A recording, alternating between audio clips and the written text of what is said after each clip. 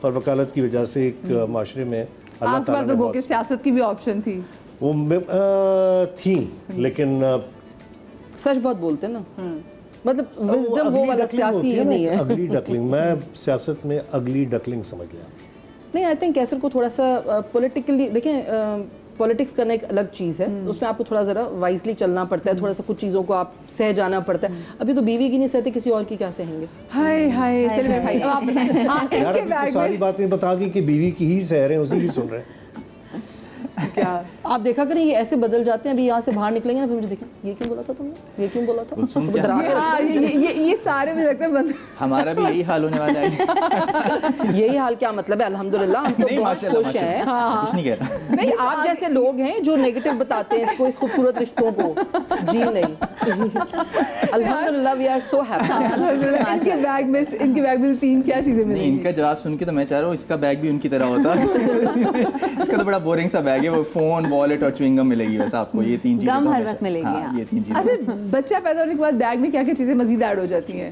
Baby bag الگ بنتا ہے, میرے بیگ میں کچھ نہیں جاتا. ایک دن ایسا ہوا تھا کہ میں شوٹ پہ گئی, میں نے اپنا بیگ کھولا, اس میں سے پوری ایک کار باہر آئی. میں نے کہا یہ کب گئی اس کے اندر, اس کے بعد آئی میڈ شور کہ کچھ میرے بیگ میں نہ جائے. تو بیبی بیگ الگ بنتا ہے اس کا, میرے بیگ سے کچھ نہیں نکلے گا. بیبی بیگ سے وہ کون سی 3 باتیں ہیں جن کو یہ زیادہ سیریس لیتی ہیں؟ 3 باتیں. کوئی اگر کسی خاتون کے ساتھ مس بیہیو کر رہا ہو, کوئی لوز ٹاک کر رہا ہو. اب یہ 2-3 دن سے تو جو اس کے دماغ پہ چڑھا ہوا ہے نا, ایک رائٹر نے, جو نام نہیں لے رہا میں, انہوں نے کسی خاتون کے ساتھ کسی پروگرام میں شدید بدتمیزی کری ہوئی. اس پہ 2 دن سے نا میرا دماغ, میں بات کروں گی جا کے, میں نام لے کے, اب میں نے کہا تو کوئی ٹارزن نہیں ہے, تو چپ بیٹھ. ایک تو اس چیز پہ ان کو برا لگتا ہے, اور دوسرا میرے ٹریول کرنے پہ, اگر میں دوستوں کے ساتھ کہیں نکل رہا ہوں, پکی بات ہے, غلط بات. دل بھی کہہ رہی تھی فیملی کمز فرسٹ, تم نے نہیں جانا ہے. میں کہا میں جانا ہے. نہیں کیسر کا مسئلہ پتہ ہے کیا ہے؟ تیسری بات, نہیں یہ غلط ہے. انہوں نے کہا آپ ٹوک سکتے ہیں. یہ میں کہہ رہا ہوں, یہ میری بات ہے, پھر میں ٹوکوں گی نا آپ کو. ہاں تو ٹھیک ہے نا, تیسری بات مجھے یاد تو کرنے دو. بھلوا دیا نا, دیکھو بیچ میں بولنا ضروری ہوتا ہے. یہ طریقہ کار یہ اچھا جاتے ہیں. کوئی عمر کا تقاضا. ہاں, ان کو سٹاپ کرنے کا طریقہ یہ بڑا اچھا نا, یہ میرے پاس ایسے جملے. اور اگر کوئی میں اسٹرانگ پولیٹیکل کوئی اسٹیٹمنٹ دینا چاہوں سوشل نیٹ ورک پہ, سوشل میڈیا پہ, تو فوراً نہیں, یہ نہیں کرنا. یہ مطلب انسان اس کے ریپرکشنز دیکھ رہی ہوتی ہے نا, وہ آپ کو بھی ایک طرح سے پروٹیکٹ کر کے چلنا چاہیے. مطلب مجھے سب کہتے ہیں کہ اب بھائی آپ بڑا اچھا بولتی ہیں, آپ سیاست میں. میں نے کہا نہیں, میں تو پھر بوری میں بند ملوں گی, کیونکہ میں اتنا سچ بولوں گی کہ مطلب مجھے ایک چیز آپ کو پتہ ہے نا, آپ کے اندر وہ کوالٹی نہیں ہے. کیونکہ دیکھیں لوگوں کو برداشت کرنا بھی بڑا مشکل کام ہوتا ہے. It's not easy. میں تو سلام کرتی ہوں سارے بلکہ پولیٹیشنس کو جو اتنی باتیں سنتے ہیں. خیر ان میں سے کافیوں نے تو اس کے دوسرے وہ کیا فائدے اٹھائے ہوتے ہیں, تو وہ کہتے ہیں چھوٹی چھوٹی باتیں سن لو. لیکن ہاں ذرا ایک مشکل کام ہے ایک سچے انسان کے لیے پولیٹکس. لیکن یہ جو کہہ رہے تھے نا ابھی کہ میرے جانے پہ, میں ان کے جانے پہ نہیں ہوتی. ان کا مسئلہ کیا ہے کہ اگر میں نے ان کو بتایا ہے 12-15 دن پہلے کہ اس دن ہمارے گھر کا کچھ ہے, تقریب ہے یا کوئی امپورٹنٹ چیز ہے, کیسر اسی دن کا پلان بنا لیں گے. نہیں دیکھو, میں ویکینڈس پہ فرائیڈے سیٹرڈے سنڈے میرا کراچی میں ہونا مشکل ہوتا ہے. بیٹے کی شادی پہ بھی میں نے کہا خدا کے واسطے ہمارے بیٹے کی شادی آپ آ جائیے گا پلیز. اس دن کوئی پلان نہیں بنا لیجیے گا آپ, کیوں کیسے اچانک رینڈملی بیٹھے ہوئے nowhere out of nowhere. یہ ویکینڈ پہ کیوں پلان بناتے ہیں؟ ویکینڈ تو فیملی یہ راز کی باتیں ہیں. میری امی بھی کہتی تھیں, دنیا میں نہیں ہے, وہ کہتی تھی اس نے کہیں اور شادی کر رکھی ہے اور یہ چلا جاتا ہے. میں تو کہتی ہوں کر لیں, لیکن چلے جائیں تو پھر آئیں مت نا, پھر آ کیوں جاتے ہیں ہمیں تنگ کرنے کے لیے. ہمارے ایسے نصیب فیصل جیسے تھوڑی ہیں. Sorry no offend.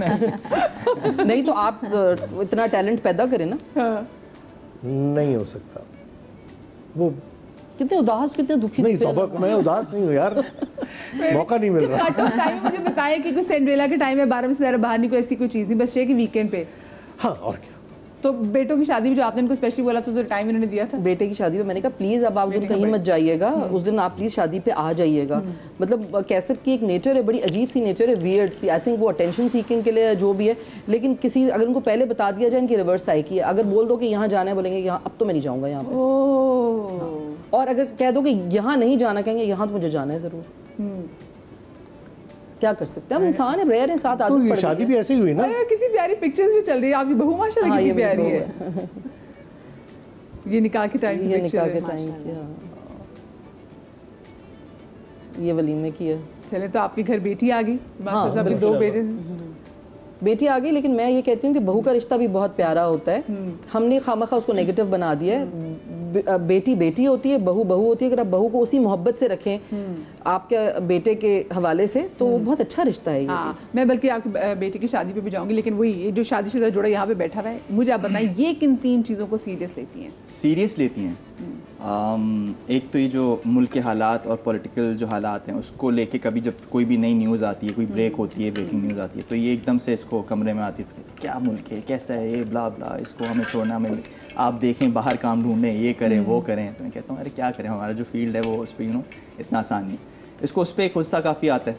دوسرا اس کو اگر میں اپنے آپ سے ریلیٹ کروں, ایک پوائنٹ تھا کہ میں کرکٹ بہت کھیلتا ہوں نا, تو میرے اوبویسلی ہر اگلے ہفتے 2 سے 3 میچز ہو رہے ہوتے ہیں, ویکینڈ پہ کبھی کوئی میچ آ جائے رینڈم. اب دوست بولے بھائی سیٹرڈے کو میچ آ گیا, میں کہوں اچھا سیٹرڈے میچ ہے, تو اس نے ایک دم سے موڈ اس کا, آپ آج بھی میچ پہ جا رہے ہیں. میں نے اچھا شادی سے پہلے ہی میں نے ایک کانٹریکٹ پہ لکھا تھا ہم نے کہ کرکٹ پہ کوئی آبجیکشن کبھی نہیں ہوگی. وہ ایک شوق, ایک ہی شوق ہے, اور کیا شوق ہے. ابھی 10 سال گزرنے تو صحیح ہو جائے گا, ہے نا, بہتر ہو جاتا ہے. لیکن آتا ہے میرا میچ, میں کہتی ہوں بائے. نہیں اب تم یہ کہتی ہو آج جا کیوں نہیں رہے ہو, جاؤ, میرے اپنے پلانز ہیں.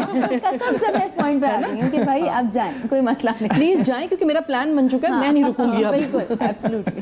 تو کرکٹ ہو گیا, اس پہ یہ ایک اور تیسری چیز اس کا, بس باقی ایز سچ نہیں, آئی ڈونٹ تھنک اور کچھ ہے اتنا کوئی اس کو.